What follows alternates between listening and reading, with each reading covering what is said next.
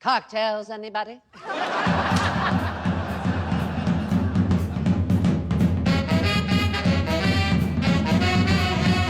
Just lie slack.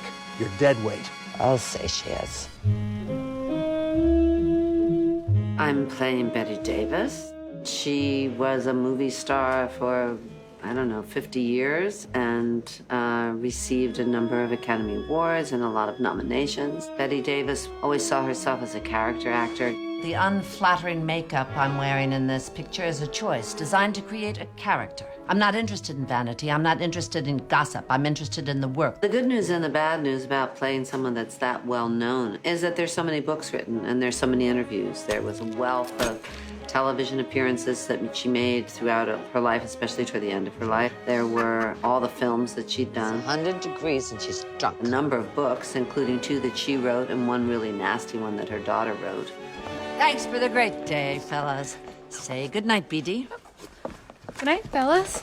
In order to have her speech patterns, which are very different than mine, and her physical gestures, I worked with Tim Monick, who I've worked with before. I thought you wanted to work with Crawford and me because you respected us, because you wanted our opinions, but clearly you don't. And that just makes me want to vomit. I would have him line by line on my phone and listen to it at night and go over it. And, you know, eventually it started to get a little bit easier, but in the beginning it was pretty terrifying.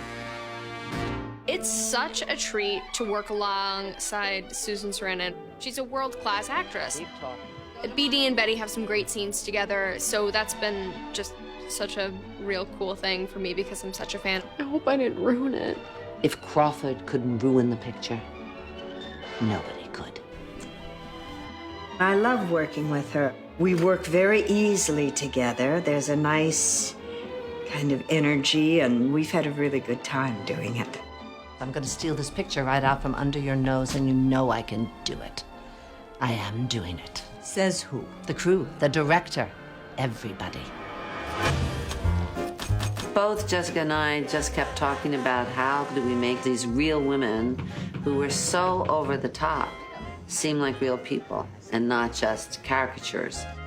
Joan. We still worry about that, whether or not we did a good job in making them real flesh and blood. Joan Crawford was a big star when I arrived fresh off the boat.